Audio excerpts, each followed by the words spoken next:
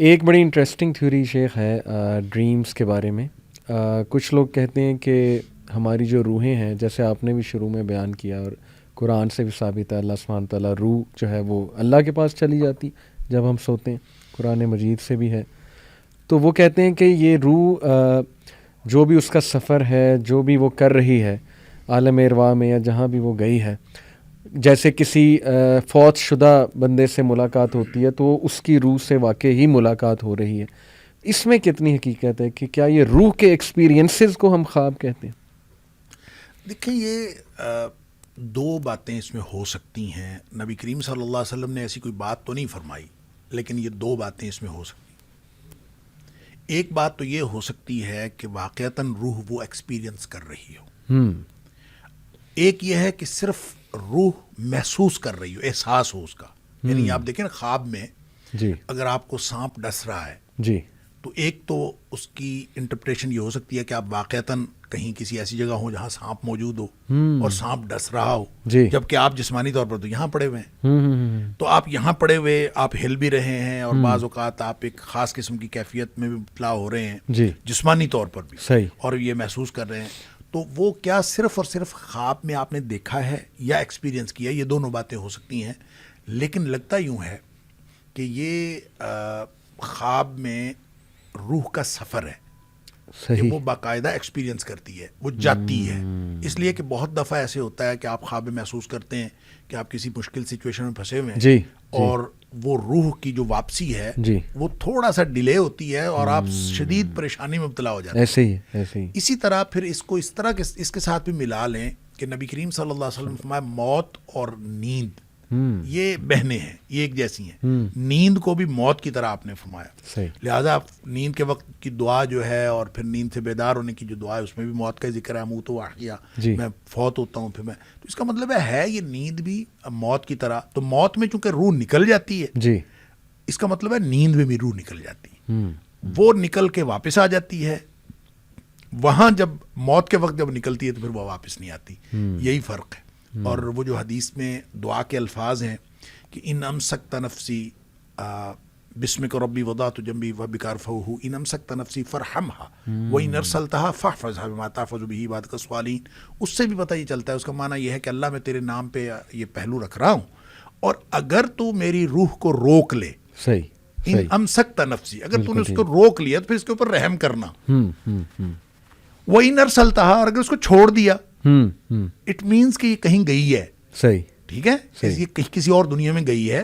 وَإِنْ أَرْسَلْتَهَا، اور اگر تم نے واپس چھوڑ دیا تو پھر اس کو اس طرح حفاظت کرنا جیسے تو نیک بندوں کی حفاظت کرتا ہے. تو ان ساری باتوں سے لگتا یوں ہی ہے کہ یہ نا ایکسپیرینس کرتی ہے. واللہ اعلم. کچھ ٹائپس آف ڈریمز میں آپ کے سامنے رکھتا ہوں. اس سے پہلے لیکن میرا ایک سوال یہ ہے کہ آپ نے کہا لاشعور کے خواب ہوتے ہیں، انکانشیس کے، اور وہ بڑے کامن ہوتے ہیں، یعنی جس سچویشن میں ایک بندہ ہے اس سے ریلیٹڈ خواب آ سکتا ہے اسے.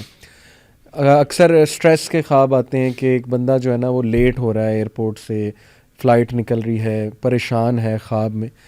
تو یہ ڈفرینس کیسے ہم بنائیں گے کہ لاشعور کا خواب کون سا ہے اور اچھا خواب کون سا ہے اور شیطان کی طرف سے کون سا ہے؟ اس کا کوئی کرائٹیریا ہے؟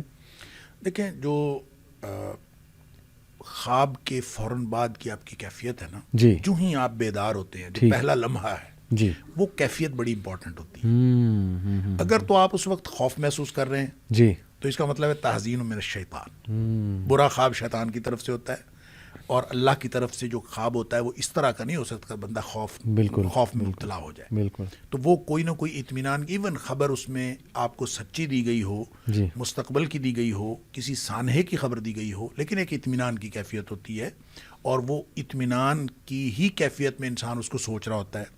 دوسری بات یہ ہے کہ خواب بہت کلیئر ہوتا ہے، اس میں کوئی ٹکڑے نہیں ہوتے خواب کے، ایک بالکل جڑا ہوا، اور آپ کو یاد رہتا ہے. آپ کو یاد کرنے کی ضرورت نہیں پڑتی، آپ بار بار یاد کرتے ہیں. اچھا خواب کبھی یہ نہیں ہو سکتا کہ جو رویا صالحہ ہو اور آپ کو یاد نہ ہو، یہ ممکن نہیں. اس کی وجہ یہ ہے کہ یہ ایک بڑی، آپ نے شروع میں پوچھا تھا کہ اس شریعت میں کیا خواب کی حیثیت ہے، تو ایک پہلو بہت اہم ہے اور بہت بحث طلب ہے، بلکہ کہنا چاہیے طویل ہے. جی.